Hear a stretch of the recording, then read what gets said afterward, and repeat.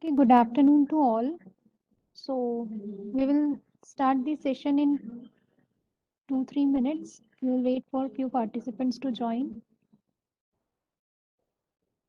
Or data wrangling. So for the current session, what I have planned is we will do simultaneous execution. So I will instruct you to do something and you have to execute on it on your end. So hope the pretext is clear that I will be giving instructions and a demo, and simultaneously you have to execute it on your system. Let me share my screen.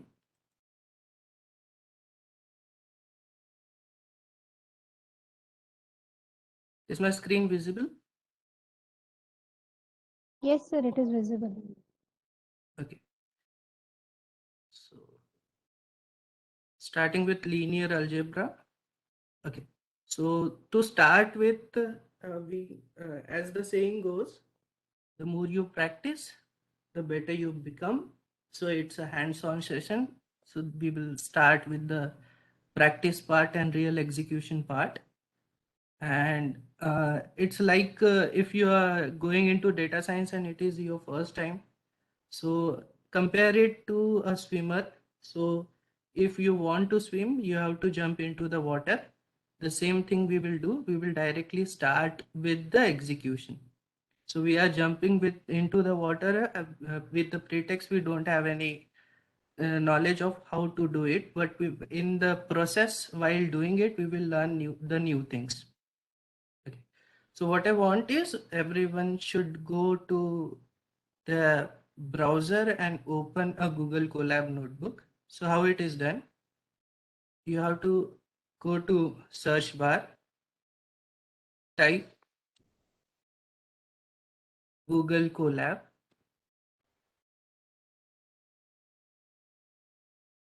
You will get a link. Welcome to Collaboratory, Google's research. Click on it.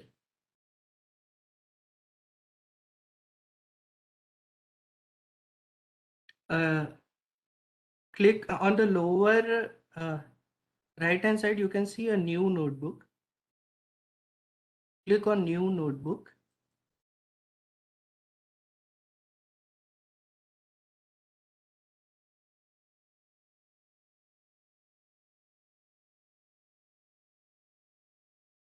And give it a title.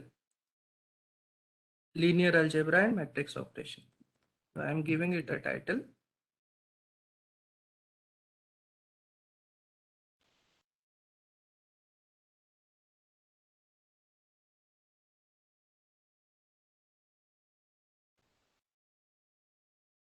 So why notebook environment? Why we are starting with notebook environment? If you go to cloud, if you are working on Microsoft Azure and you want to create a model, a machine learning model, then you have Azure Notebook. If you are going to AWS, so in AWS also you get a notebook like environment. If you are working on Kaggle open source platform, so if you want to create a machine learning model, there also you will work on Kaggle notebook. From where we can get this notebook? Also, Anaconda provides a notebook version like Jupyter Notebook, where you get an environment where you can create a machine learning model. Starting with the overview, that a notebook consists of a cell. This cell can be a code cell or a text cell. If it is a code cell, then the statements written inside this code cell will execute. If it is a text cell, then you can give text or formulas which will be displayed as it is on that cell. So up till here, if it is clear and you have created a new notebook, let me know in the chat box, then we can proceed further. Can anyone, I can.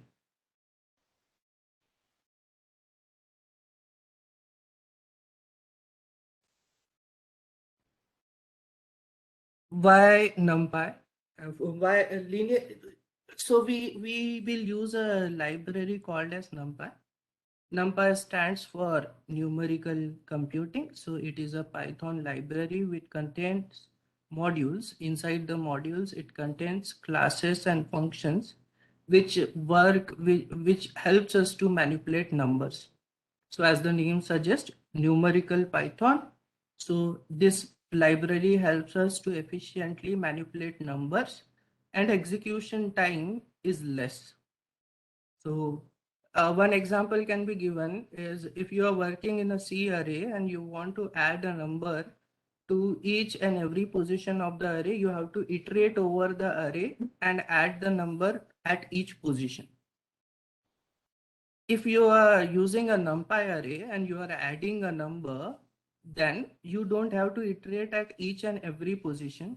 You give the name of the array and add the number as a scalar. Automatically it will the addition will be reflected to all the positions of the NumPy array.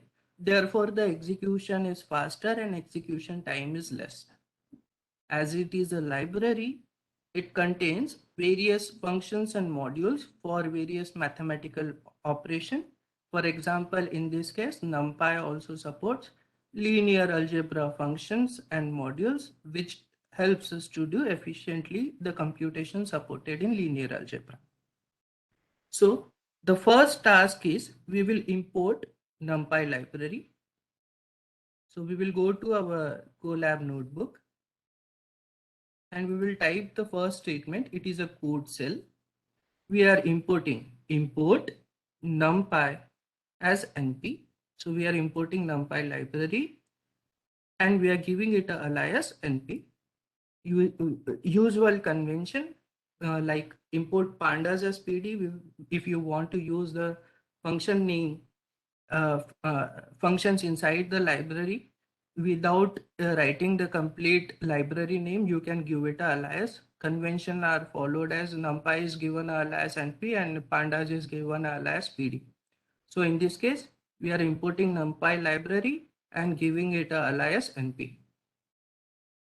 For linear algebra operation, a SciPy package is there which is built above NumPy library.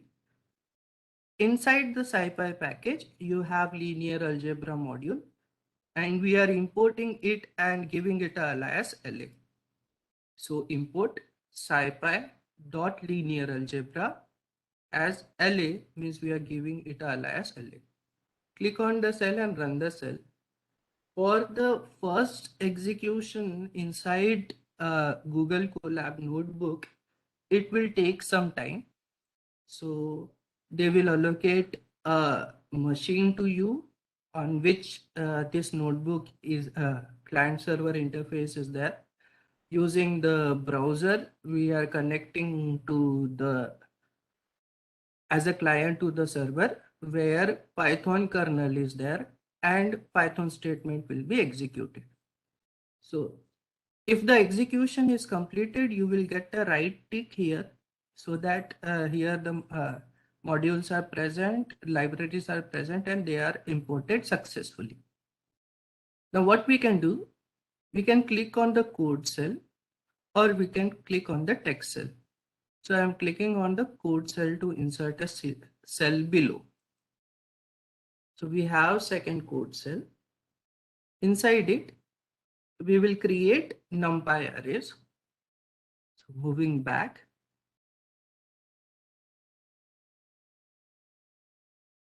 So in the previous session, as the previous speaker Arya ma'am said, that you have a one-dimensional array, two-dimensional array, three-dimensional array, and so on.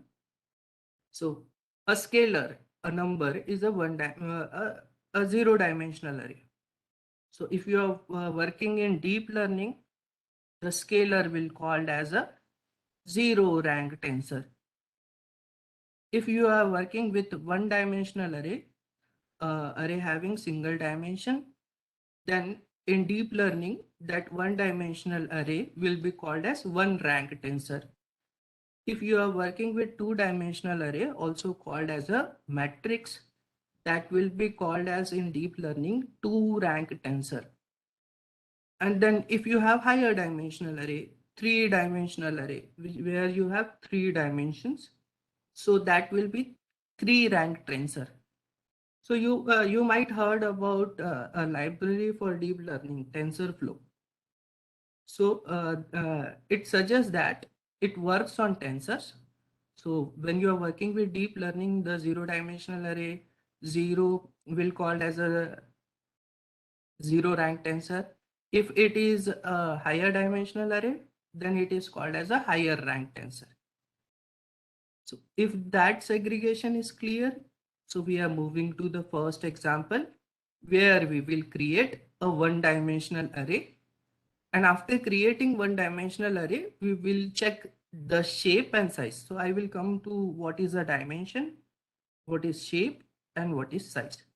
So we have to create 1-dimensional NumPy array and verify dimension, shape, and size using NumPy arrays. So clicking on the above cell, then click on text. So this text will be inserted as it is. So this part where I will give the text part in chat. Okay, right? So you can copy from it and put it inside your notebook. Okay.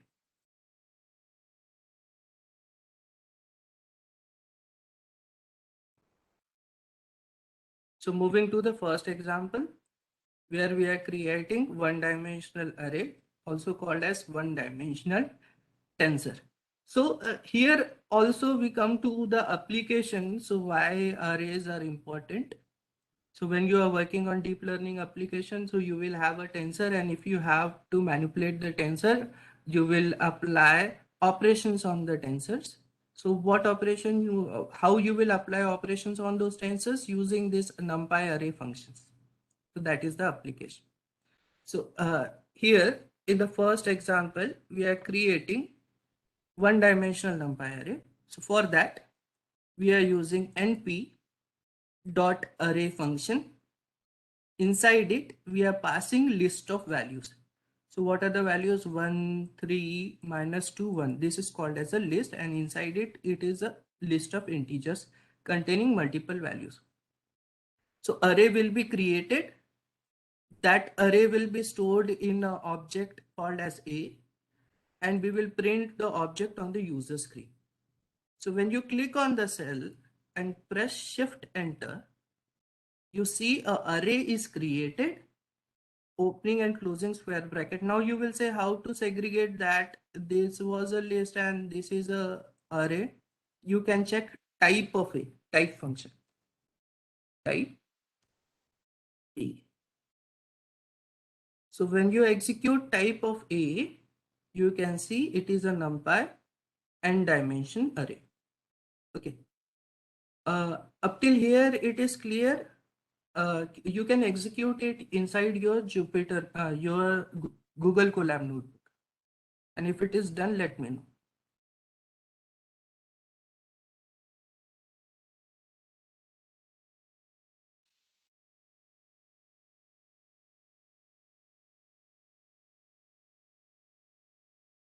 This is the first example where we have created 1-dimensional NumPy array, and we have checked the type of array. That is, it is a NumPy array.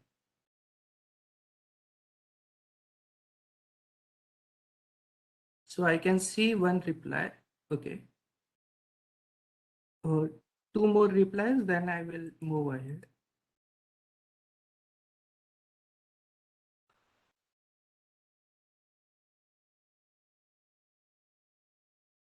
Okay. One more reply. Okay. So we got 3 replies. We can move ahead. We have created 1-dimensional NumPy array. Now we are checking. If you want to check what are the functions available inside the NumPy array object A, so you can write dir A. It will show all the functions available, all the attributes and functions available inside the object. So what is the object? Object is a collection of attributes and methods. So we can access the attribute and method using dot access member access operator. So A is the object of NumPy array. So what are the methods which are available? These are the methods: sort, size, shape, STD for standard deviation, stride if you want to find out the sum of the array, sum function is available. Okay, so it is showing the attribute and the dunder methods. All the things which are written in underscore underscore abs underscore underscore, these are inbuilt methods and those are called as dunder methods. So if you want to get now you are not a expert, no one is an expert, even I am not an expert. So if I want to check something about the object, the best thing I can do is write help and the object name. In this case my object is A, so I will write help A. So it will show all the examples inside it which I can execute and understand. So this is the best way to cross check whether our syntax is correct or not. An example which is being executed is giving a correct output or not. So when I write help on object A, which is a NumPy array object, I can get examples with that description. Imagine an array of 32-bit integer, each 4 byte. So here we are creating x np.array. To the function, we have a list of lists, means we are creating a 2-dimensional NumPy array. We want the data type of each element to be integer of size 32. Therefore, we are passing additional keyword argument t type is equal to np.int32. So this is one way of creating a 2-dimensional NumPy array. So examples are given and their explanation are given. So at any time you want to check so you have executed correctly or not, or a function information, you can run a help on it. So after creation of NumPy array, which we have checked attributes and functions available inside the NumPy array using two things. First is dir and the array object name. This was the first thing we executed. And second is help and the array object name to get the information regarding the functions and attributes available inside the object. So please execute this and let me know if the execution is done.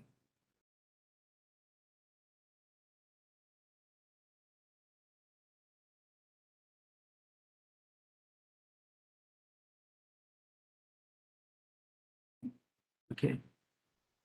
I want 3 replies. So Ajinkya has executed.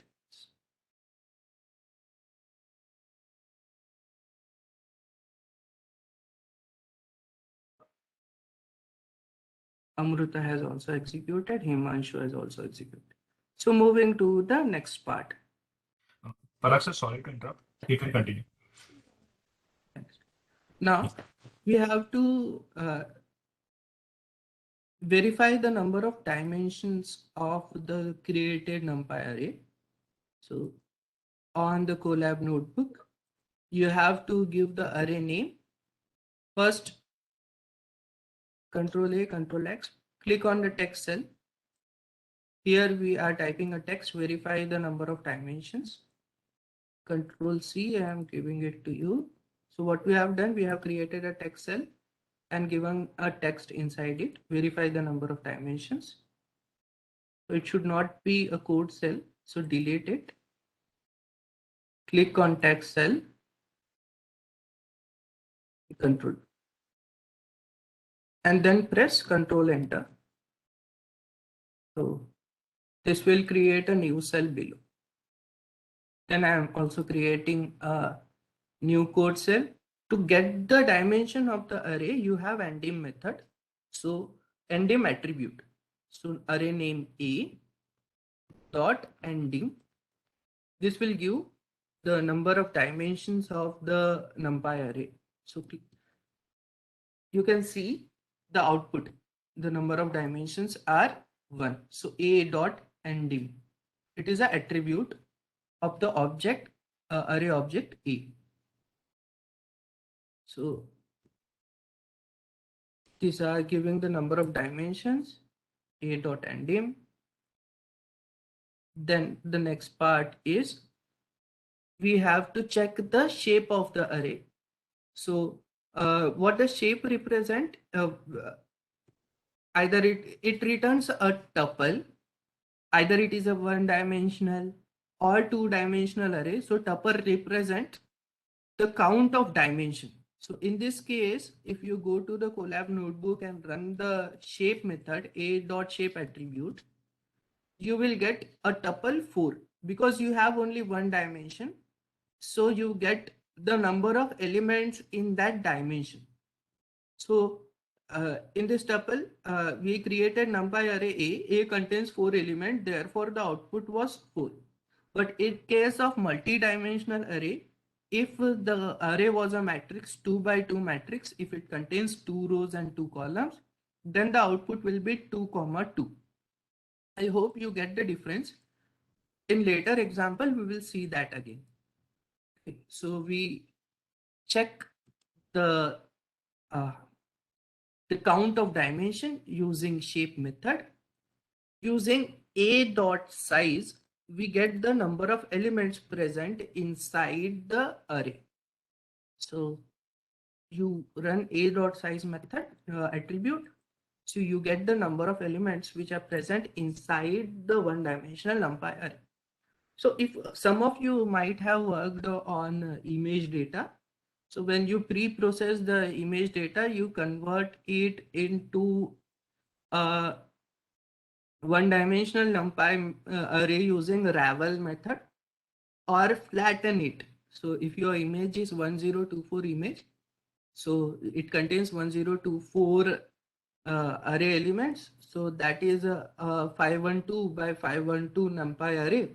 You use np.ravel or np.flatten. So you get a single dimensional NumPy array of containing 1024 entries. So you can relate the application that using NumPy array, you can manipulate your input data so that it can given to the model for learning.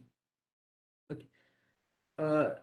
Note here, first we convert, we do the pre-processing, means we convert the categorical data into numeric data and then rearrange the data so that we can give it as an input to the model.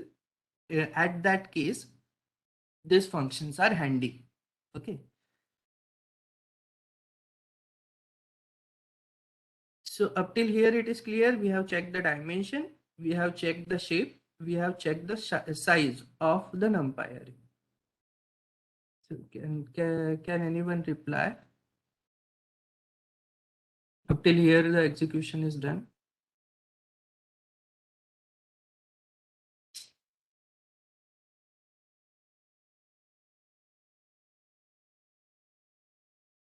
Okay, I can get 3 replies.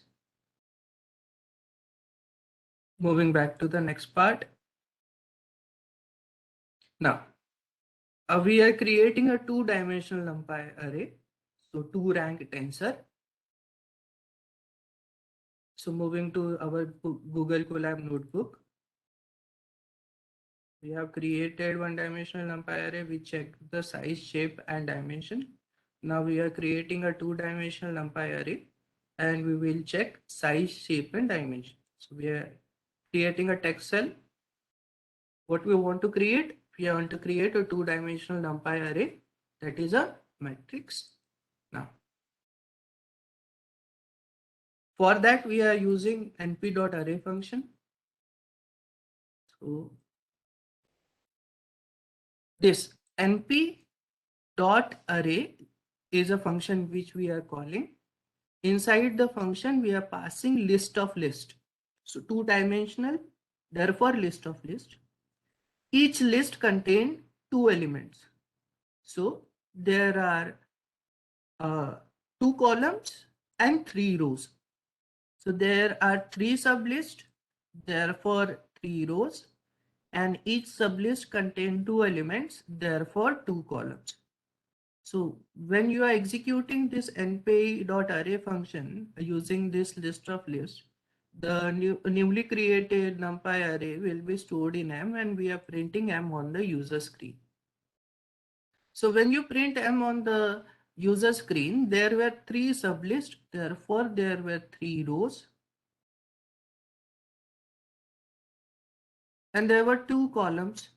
So each sublist contained 2 elements, therefore 2 columns. So it is a 2-dimensional. It can be seen by this opening and closing, 2 opening brackets and 2 closing brackets, which indicates that it is a 2-dimensional NumPy array. Okay, we can cross check the type by using type of M. So it is a NumPy array, and if we check the dimension, so object name, first you create this array.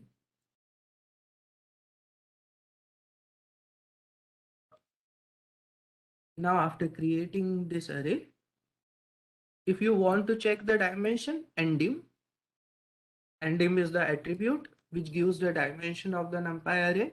What is the dimension? It is 2-dimensional NumPy array.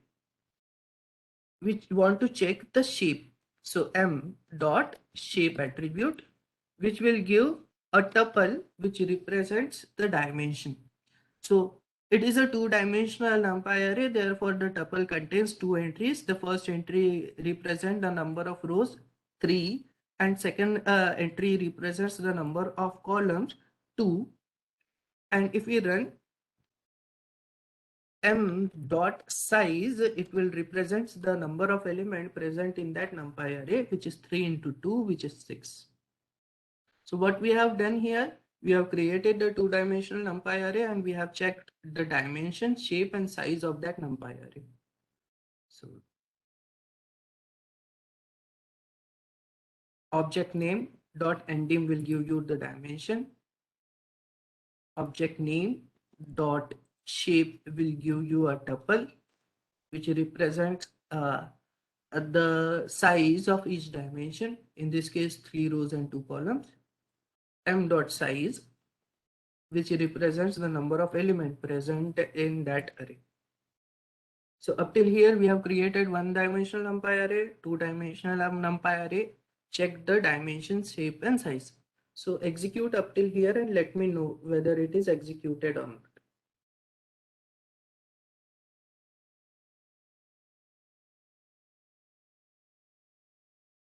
Okay. Okay. I got 2 replies. One more. I'm waiting for one more. Okay, done. 3. Moving back, so we have so it is a 2-dimensional NumPy array, therefore it is rank 2 tensor. So if you want to talk about tensor, then it will be a rank 2 tensor or 2-dimensional NumPy array. Now in the next example, we will see how to select a row or column from 2D NumPy array, and if you select a row or column, you get a 1D array. So basically we are talking about slicing, NumPy array slicing. So here create a text cell, inside copy the text, select a row or column of 2D NumPy array. So we will get a 1D NumPy array, and this operation is executed using method called as slicing. So if I check the M, you have 2D NumPy array M. Click on the cell and run the cell. It has 3 rows. So first row is indexed 0. Second row is indexed 1. Third row is indexed 2. Similarly, first column is index 0 and second column is index 1. So indexing in Python starts with 0. So I want to use slicing. So enter a cell below. I want from M, in front of it, in opening and closing square bracket, you give a colon. So this colon represents we are taking all the rows. And the second colon, if I want only one column, so I will give the column number. So I want the first column. So according to it, we will get the first column as 275, because by this colon we have selected all the rows. In the second case, we have given column number 1. Click on the cell and run the cell. So what we get at the output, 2, 7, 5, which is a one-dimensional NumPy array, which is having only single opening and closing square bracket. Vice versa is also true.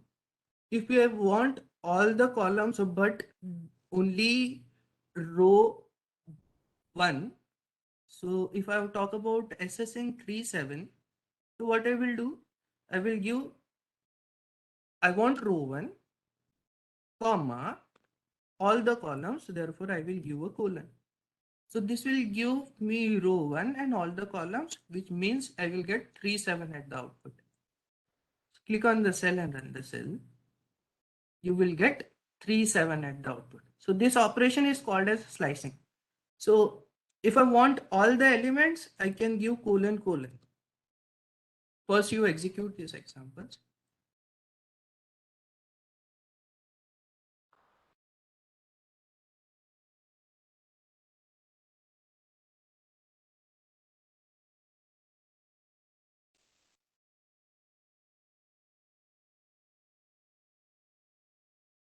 Okay, now I want all the rows and all the columns. I can give colon and colon. This will give me all the rows and all the columns.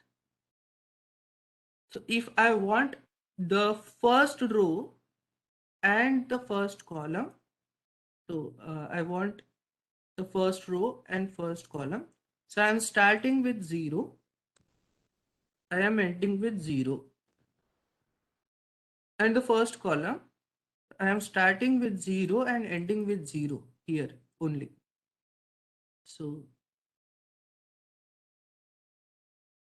here 0 and 0. So it will give me the intersection of the first row and first column. So when you execute, you will get 1 at the output. This is called as slicing. So,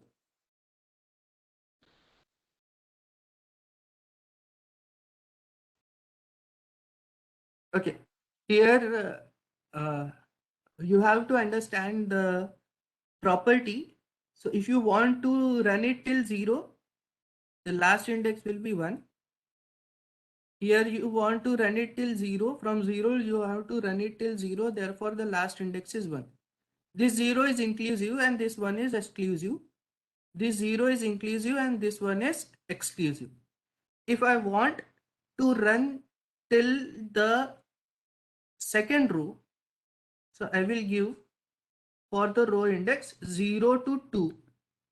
Means this 0 colon 2 will be resulting in 0, 1, 2 exclusive. And I want to run till the first column. So this is 0th column and this is first column. So this will result in 0 colon 1 means 0. Okay. So this will give me a sliced output. First 2 rows and the 0th column. Therefore the output 1, 3. Inclusivity and exclusivity. I hope it is not confusing. So you can try the slicing part. You can search for slicing and how to slice and dice the NumPy array. So you are going at a deeper level of your data using slice and dice operation. So slicing. Okay. So this is one more example you have to execute.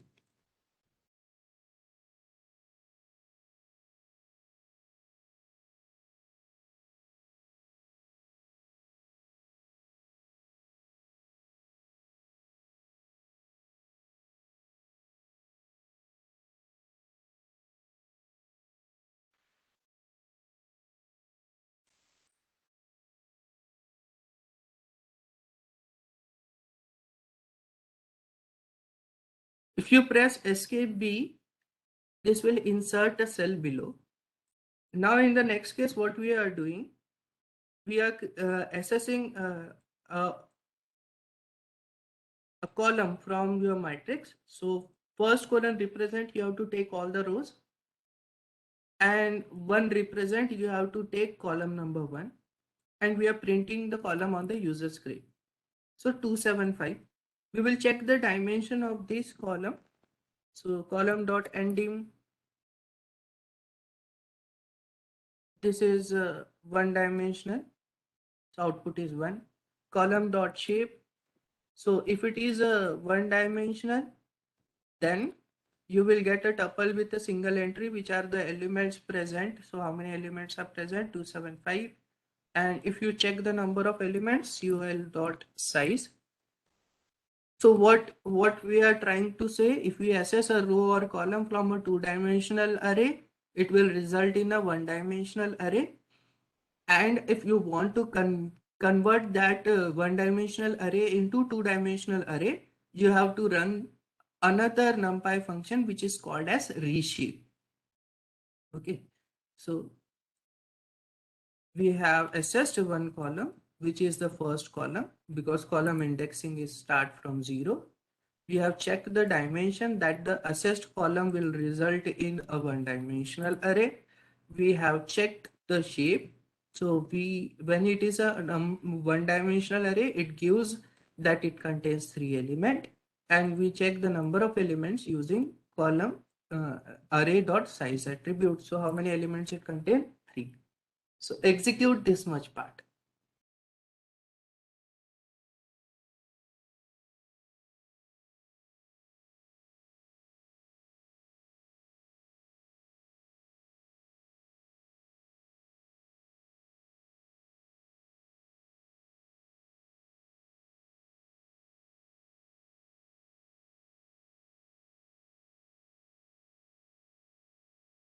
Up till here, is it executed? Can I get any 3 replies?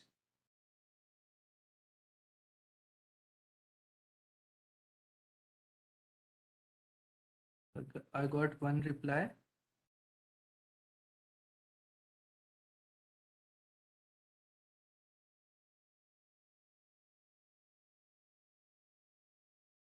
Any more replies? Till here, is it executed?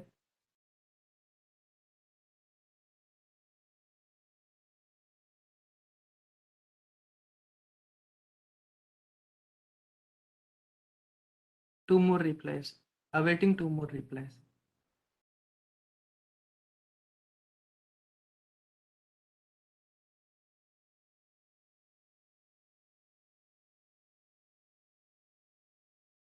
One more reply.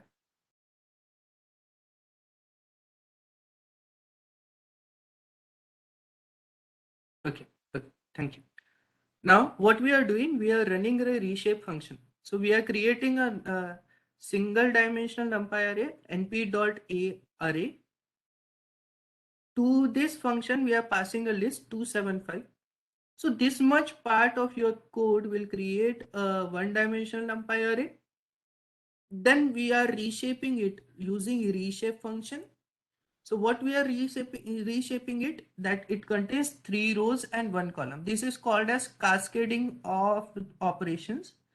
First, we have created a one-dimensional NumPy array using np.array function. Using the reshape function, means on the created array, we have reshaped that one-dimensional NumPy array to a two-dimensional NumPy array by passing argument 3, 1. What is 3 represent? It will contain 3 rows and 1 column. So when you print column on the user screen, you can see this 2 square bracket. Data elements were same 275, but it is 2-dimensional. If we check the dimension of column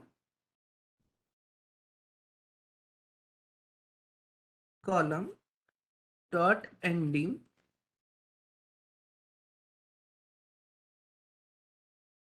you can see it is a 2-dimensional NumPy array.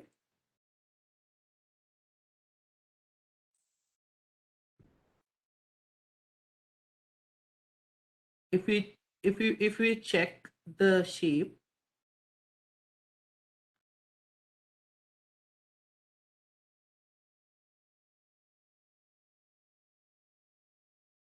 you can get a tuple that it contains 3 rows and 1 column. Enter a code cell. If you check the size, how many number of elements are there inside it? So there are 3 elements. So output will be 3. Okay. So up till here, what we have understood, how to create a NumPy array and how to reshape it. Note, while reshaping, this multiplication should be equal to the size of the array. So if there are 3 elements and when you are reshaping it, this 3 into 1 should be equivalent to 3. So reshaping number should be equivalent to the number of elements present in the NumPy array. So NumPy array contains 3 elements. So we could have reshaped it 3:1. Suppose we give 3:2, it will throw an error. When you run the reshape function and it is not matching the size, it will throw an error. Cannot reshape array of size 3 into 3 into 2, which is 6. So you need to, when you are reshaping, you note that the reshape number of elements should be equivalent to the number of elements present inside the array. So if up till here it is clear, then we will move to the next part, which is matrix operation and functions.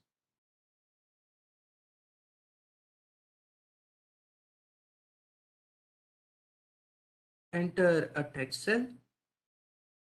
If you want to move the text cell below,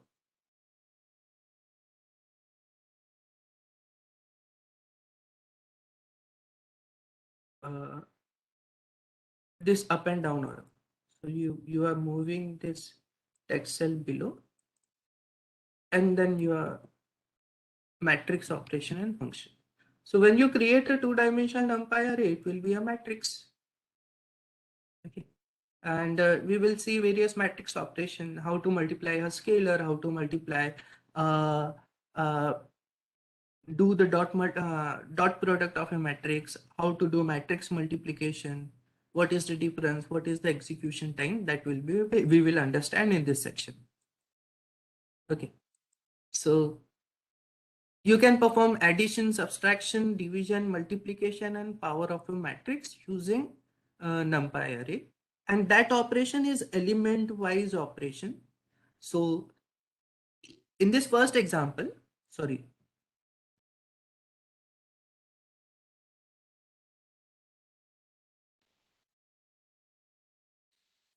Going to Jupyter, your Google Colab notebook.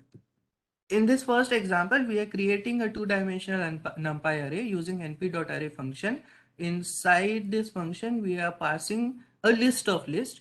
Each list contains 2 elements, and there are 2 sublists. 2 sublists means 2 rows, and each sublist contains 2 elements, therefore 2 columns. Therefore, we have created a 2 by 2 matrix which contains 0th row 3, 4, and the first row as -1, 5.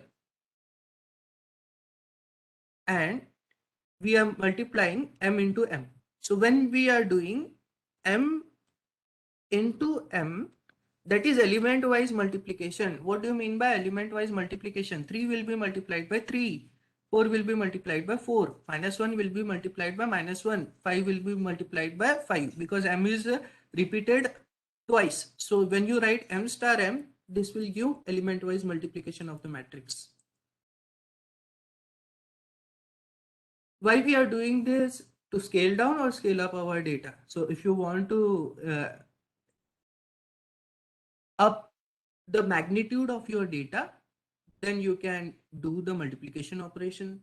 If you want to reduce the magnitude of your data by the same factor, you will perform division.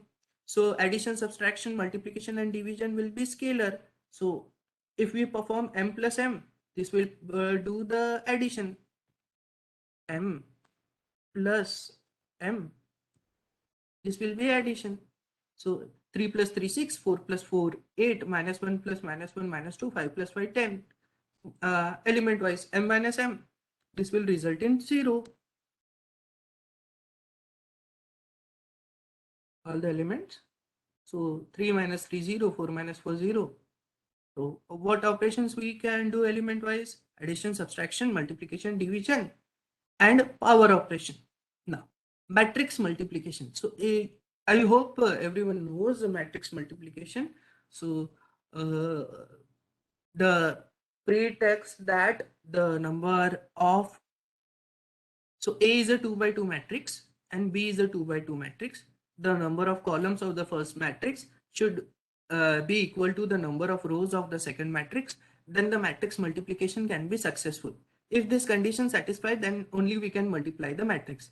So you have M, which is a 2 by 2 matrix, and again M, which is a 2 by 2 matrix. So number of columns of the first matrix is equivalent to the number of rows of the second matrix.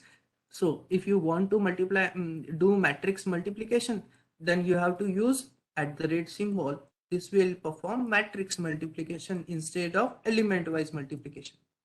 So M into M will result in 5, 32 minus 8 and 21. I hope you know this, that 3, 4 will be multiplied with 3 minus 1 plus 3, 4 will be multiplied with 4, 5. That will be the first element. Then minus 1, 5 will be multiplied by 3 minus 1, and minus 1, 5 will be multiplied with 4, 5 to create a resultant matrix of 4 element. That matrix multiplication. So if you want to perform that matrix multiplication, you have to give @ symbol.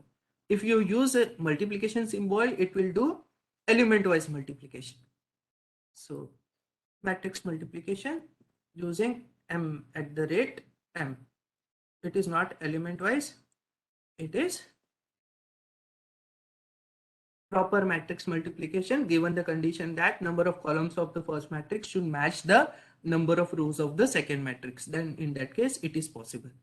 Now its application, where it is applicable. So if you want to compute 2 into I plus 3 into A minus AB, if you want to perform such operation, and these are the matrix given to you. A is a 2 by 2 matrix, B is a 2 by 2 matrix, and I is a identity matrix of 2 by 2. Okay, so we want to do this. Copy this text, go to your Google Colab notebook, create a text cell, execute, press on Control Enter. You have A and B, and I is the identity matrix, and you have to perform 2I into 3A minus AB. So this format is not displayed correctly because that was in Jupyter Notebook. This is in Google Colab Notebook. So we will first create A. A is a 2-dimensional NumPy array created using np.array function containing 2 sublists means 2 rows, and each sublist contains 2 elements means 2 columns. P is a 2-dimensional NumPy array.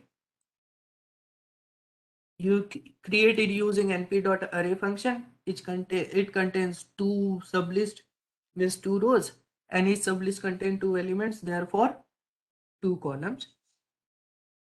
And I is an identity matrix. So for creating an identity matrix, we have to use np.eye function. To the eye function, we pass argument 2 to create a 2 by 2 identity matrix, because A was 2 by 2, B was 2 by 2, therefore I is also a 2 by 2 matrix. So after creating this 3, we have to do this 2 into I plus 3 into A minus AB. So I am creating the same thing in my Colab notebook. A, which is a 2 by 2 matrix containing elements 1, 3 minus 1, 7. B is a 2 by 2 matrix containing elements 5 to 1, 2. And I is a identity matrix, which is a 2 by 2 matrix. So identity matrix, diagonal element 1, non-diagonal element 0, and A and B was the data given to us. And what they said to compute 2 into I. So we have to multiply a scalar 2 into the identity matrix I. Can be done directly. Then what is the next part they want us to compute? Plus 3a. So we give space plus, we multiply a scalar to the matrix A. This is element wise multiplication.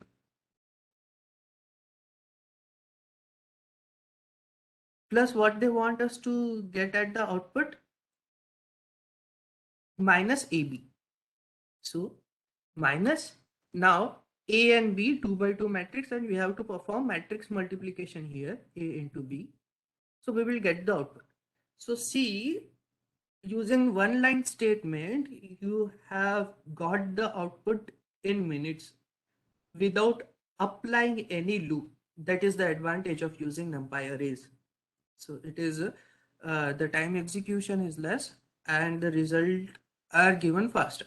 And why we see in this example, while appearing for your interview, data science interview, they ask you to implement suppose dimensionality reduction algorithm PCA from scratch. So you see dimensionality reduction algorithm PCA, while executing it, we import it from scikit-learn library and directly apply it. But in the background, it is doing this kind of matrix multiplication operation. So at the interview, they ask you to write the PCA algorithm. Then in that case, you can use this and create the input data array, perform the manipulation to get the result. Okay. Are you getting my point? What I'm trying to tell?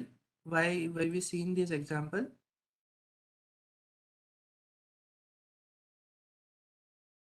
Can anyone reply?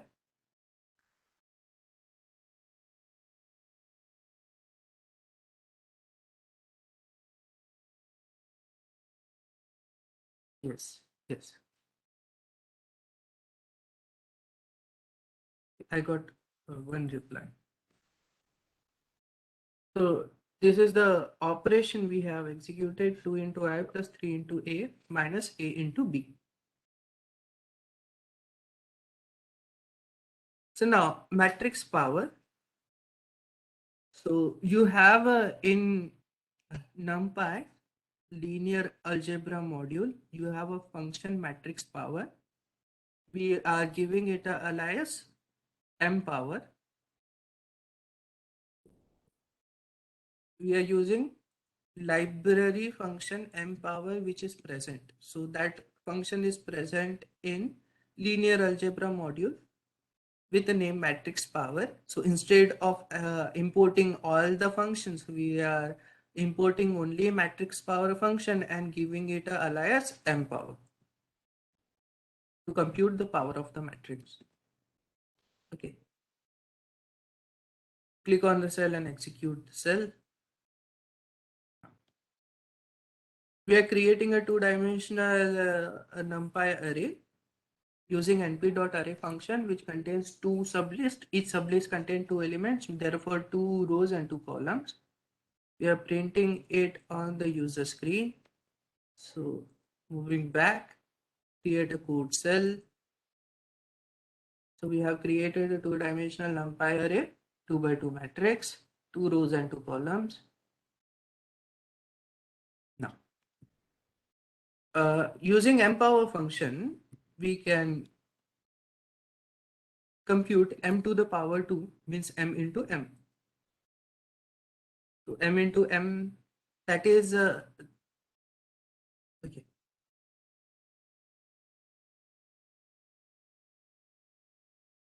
Here we multiplying m into m itself. We have seen m at the rate m also. M to the power 5. So this will be multiplying m 5 number of times. M into m into m into m. So now you will ask, why the library function? Why not directly m at the rate 5, m into m at the rate, m at the rate, m at the rate 5 times? The execution time, which is shown by the m power function, is less as compared to m at the rate m @m. So where can the question come? Optimize the matrix multiplication operation. So you can import the library function and do the matrix multiplication. If it is the same matrix and you want to compute the power, so you can use mpower function, which is efficient as compared to doing direct matrix multiplication using @. So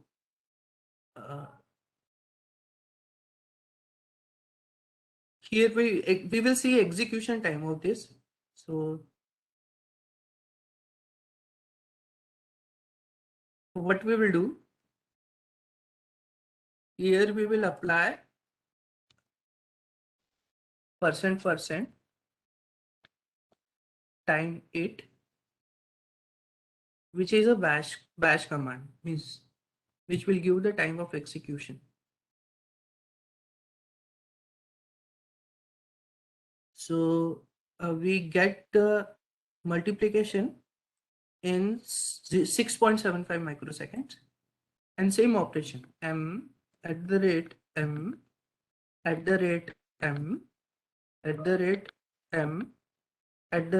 m 5 times,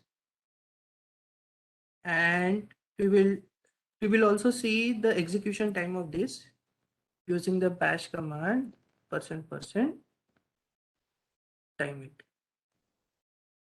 When you run this cell by pressing Ctrl Enter,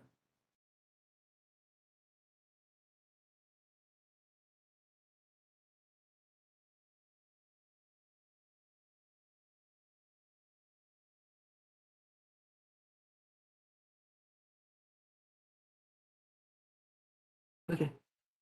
Now in this case, execution time of mpower function is more as compared to m @m, but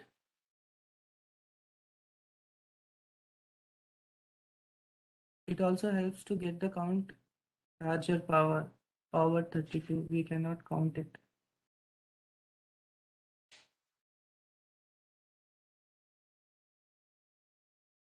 You have to import this. You have to correctly import this.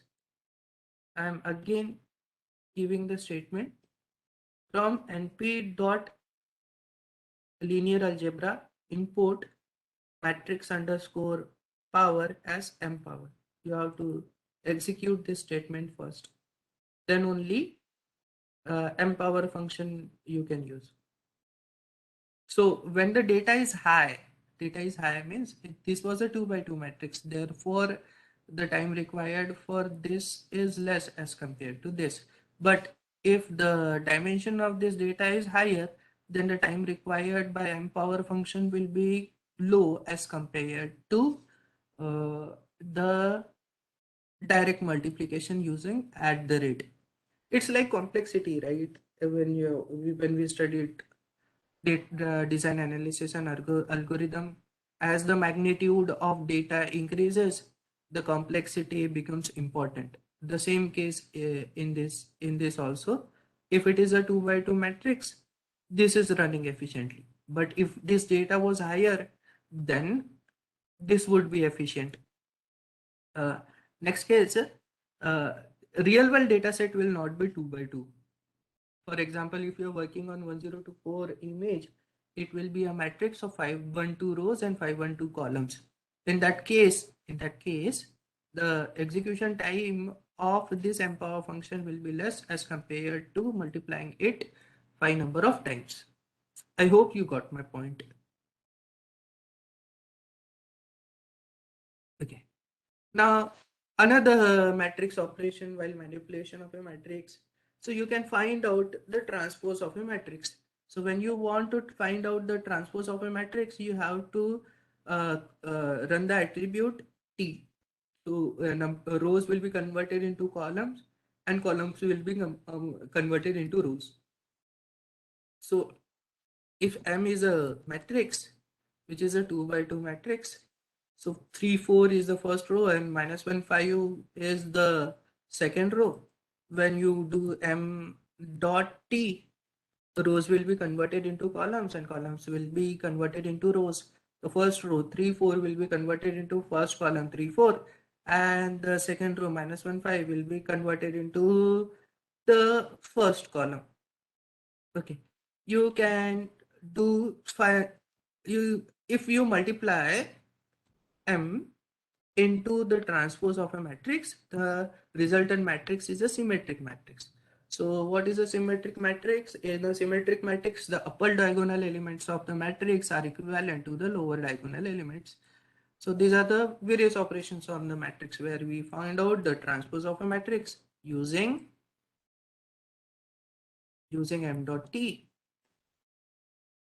And when we multiply the matrix and its transpose, we get a symmetric matrix where the upper and lower diagonal elements are same.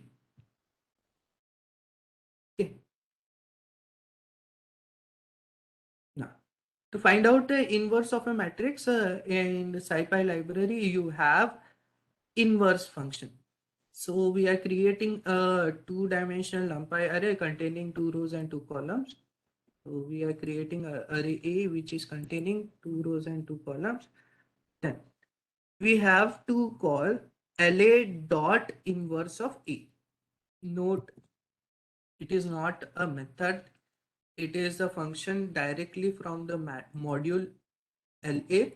So therefore LA, then the inverse function applied to a matrix A. So you have a matrix A, which is a 2 by 2 matrix. And if you want to find out the inverse of that 2 by 2 matrix, you can directly apply LA dot inverse of A. This is like np.array. So np was a module, which is a NumPy. LA is a linear algebra module. It has an inverse function. That inverse function is applied to matrix A.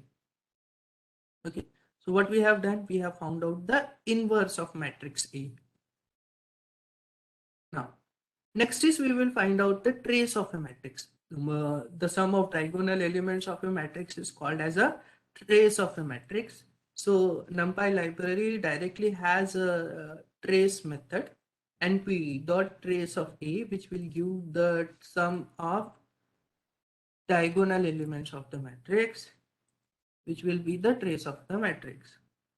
So let me cross check. The sum of diagonal elements of a square matrix A is called as a trace of matrix A. So we computed trace of a matrix using np.trace function. When you want to find out the determinant of a matrix, then you can directly call LA.determinant function, which is a function of linear algebra module of SciPy. So you have a 2 by 2 NumPy matrix 1, 2, 3, 4. And if you want to find out the determinant of that matrix, what you will call LA dot determinant of A. Okay, so we will execute this. So what we will create? We will create a 2 by 2 NumPy matrix.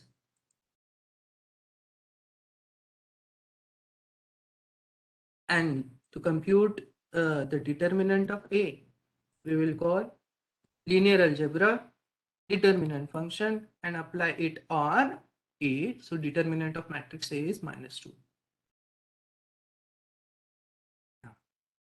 Here in the next example, we have to prove this theorem that A square minus trace of A into matrix A minus determinant of A into I is equivalent to 0.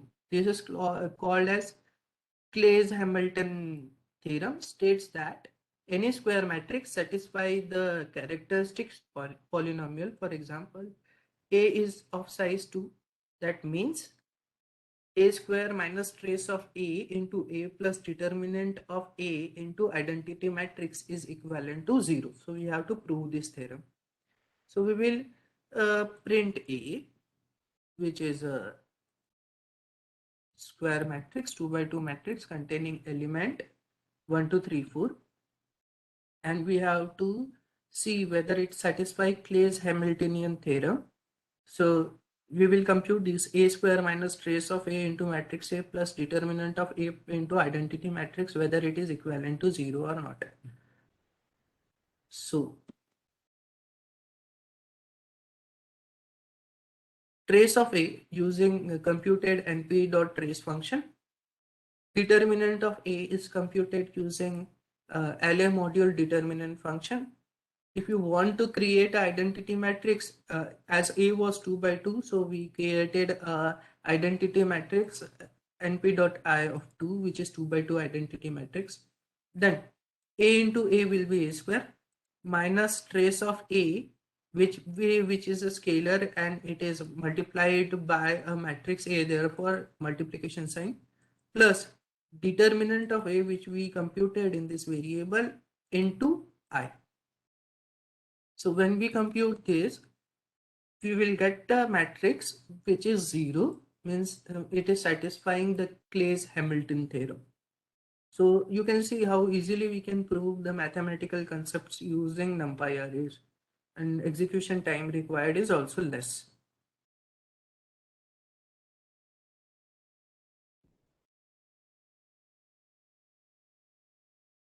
Okay.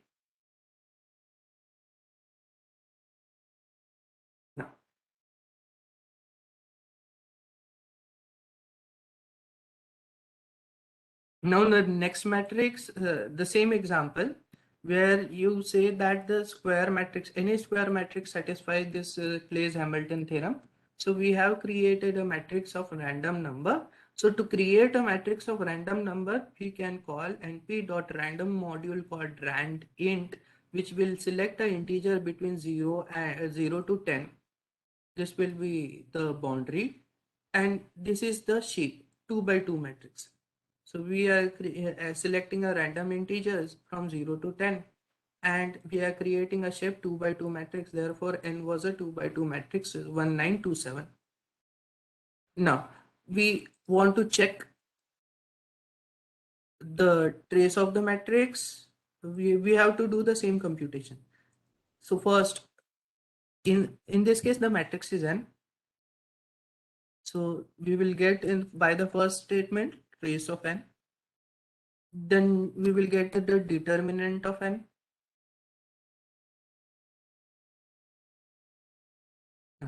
You can check that this is a 2 by 2 matrix, therefore I was created as a 2 by 2 matrix.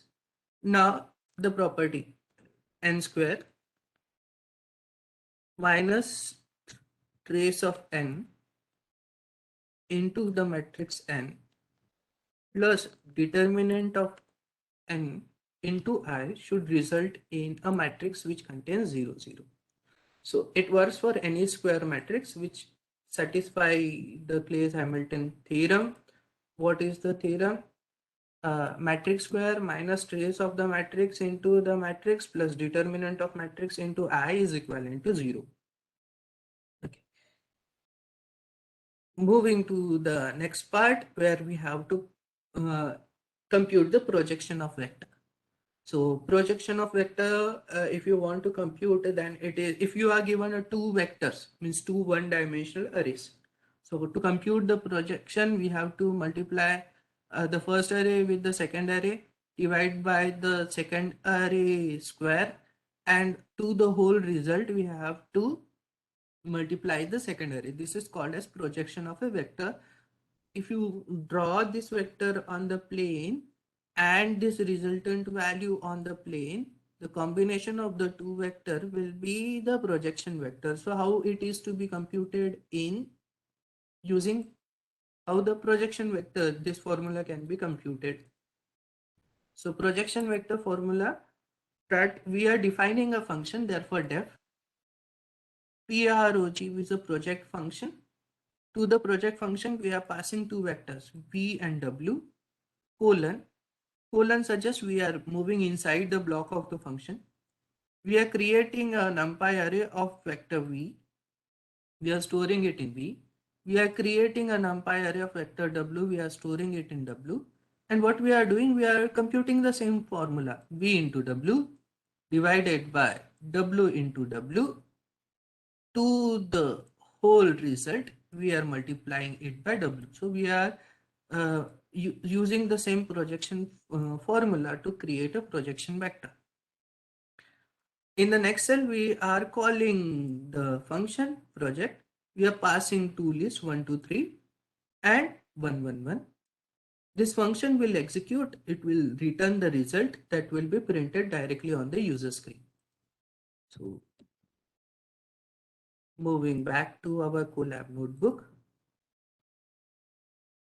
we have project function. We are calling the project function. We are passing the two lists, which are converted into NumPy array.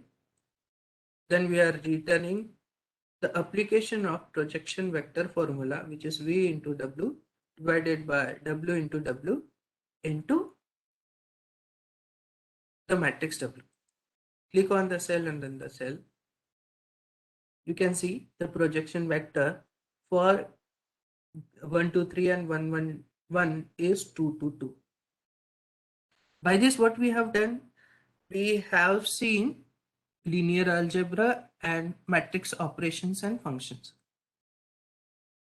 Linear algebra and matrix operations and functions. So we have satisfied the topic that the session was for, and we have executed. Have you executed up till now? Can I see any replies up till here? Anyone? Yes. Yes, I can see one reply. I can I get 3? 2. Yeah. 2. One more. Jeet and Amruta has executed up till here. Yes. Okay. Now I have 10 minutes. So we will share the notebook with you, the next part. But the execution, now you know how to execute. You can execute it yourself. Is it okay? For the next part, we have completed with linear algebra and matrix operation. Next part, I am taking some additional topics. So the next part we will not execute. We will go through them because we have 10 minutes only. I will share the notebook. You can execute them later. Is it okay? Can anyone reply? Okay.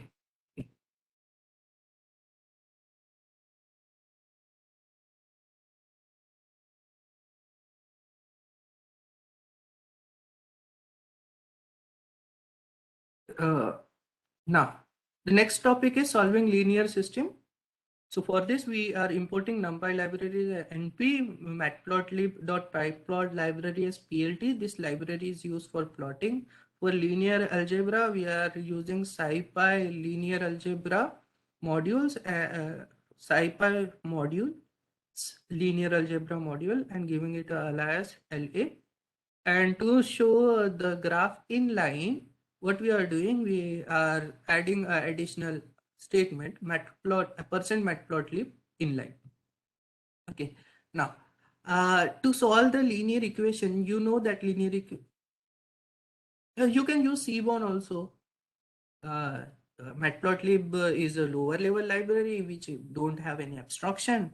Seaborn is a higher level library which have certain abstraction, but visualization are more effective in Seaborn as compared to Matplotlib. But the basic visualization are same. You can do the histogram, you can do the box plot, you can do the line plot, you can do the pie chart. The functions are same. For example, if you use a count plot, this will be a count plot for Seaborn, but it will be a bar chart for Matplotlib. The notations are different. You can use as per your convenience. You can use. Okay. Chinmay. Yeah, I answered. Jeet. Only two topics are there: how to solve linear equations and how to find out eigenvalues and eigenvectors. These two topics are remaining. Okay. So, you know A into X is equal to B. So A and B are given and we have to find out the value of X. So A is a two-dimensional NumPy matrix, which is 1, 1, -1, 1. E is a one-dimensional NumPy matrix, which is 2, 0, and we want to get the value of x. We have been given a and b, and we have to find out the value of x. So what you do, la.solve a comma b1, which will give the solution of the equation a into x is equal to b, where a is known, b is known, and x is unknown. So what we have used, la.solve a the matrix and b1 the output which was given. Okay, now this result which was given at the output is one dimension, and you want that it is to be the result to be a two-dimensional output. So you have a, what you will do, you will convert b into a two-dimensional matrix by reshaping it into 2 by 1, and then you have to solve the linear equation. You have to call la.solve. You have to give the knowns a and b2, and you will get the output solution x on the user screen. Okay, I haven't executed the previous cell, therefore it is giving me an error.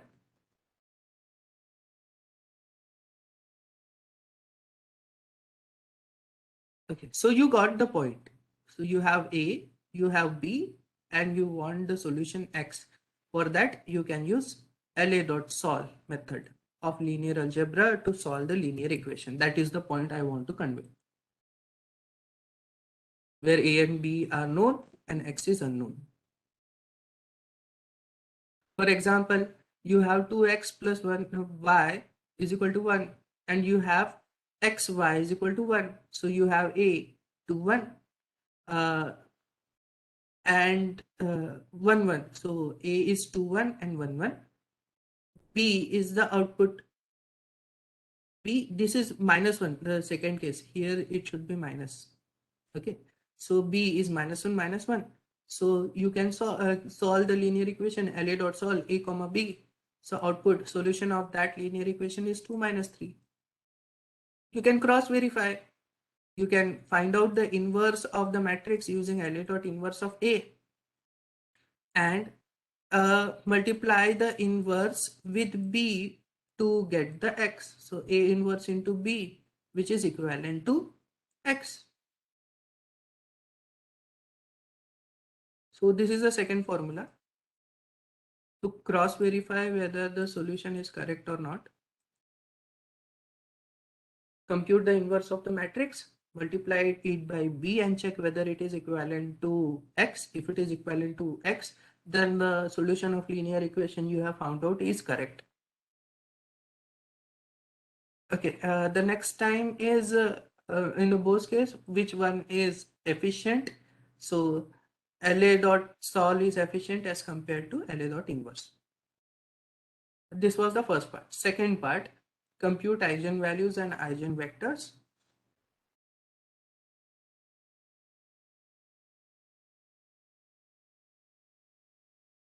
Hope my notebook is visible.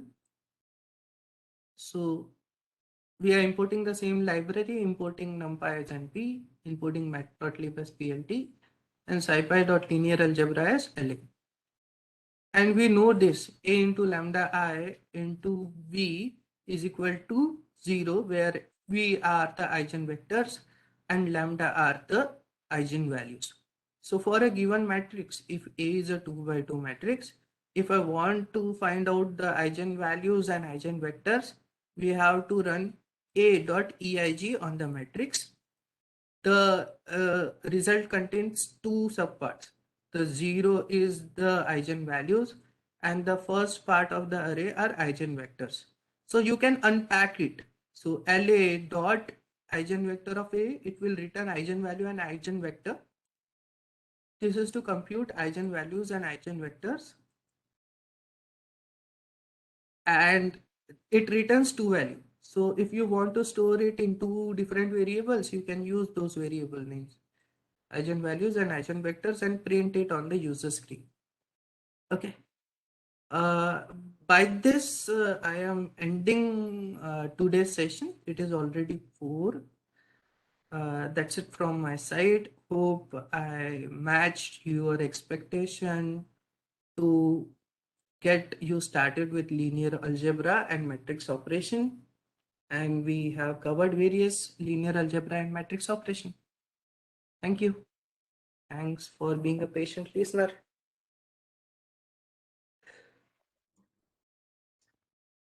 Surely, Parag sir, you have given us a very valuable information, a very valuable hands-on experience.